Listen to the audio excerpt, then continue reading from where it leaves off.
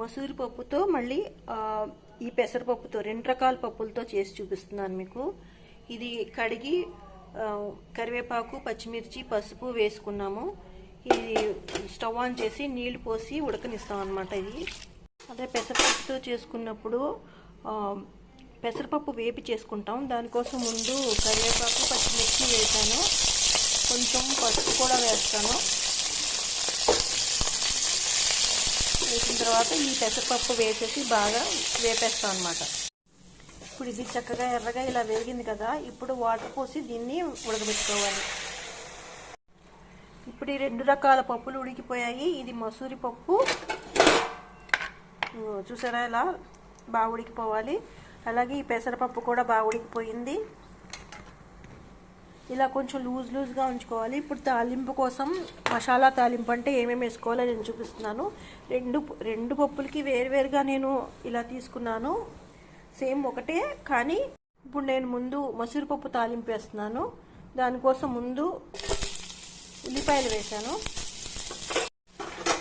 ఇప్పుడు ఇలా కొంచెం ఎర్రగా అయిన తర్వాత అప్పుడు పచ్చిమిర్చి వేస్తున్నాము. ఇప్పుడు కరివేపాకు కూడా వేస్తున్నాను.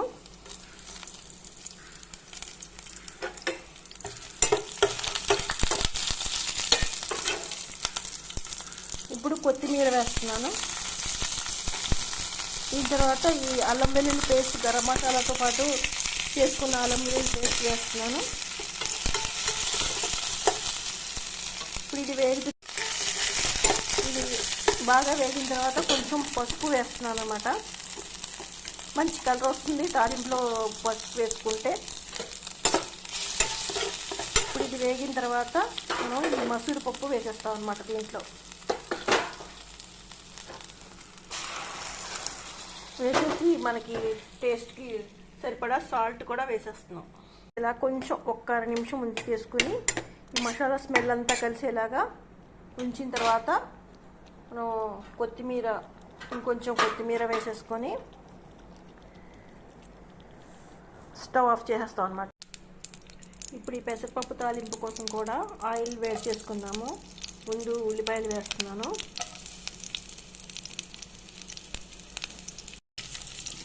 ఈ గరం మసాలా దంచుకున్నాము, అది వేస్తున్నాను.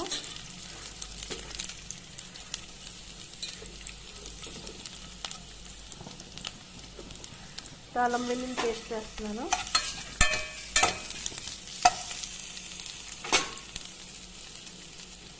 ఈ ఫ్రెష్ బిర్యానీ ఆకులు కూడా వేస్తున్నాను.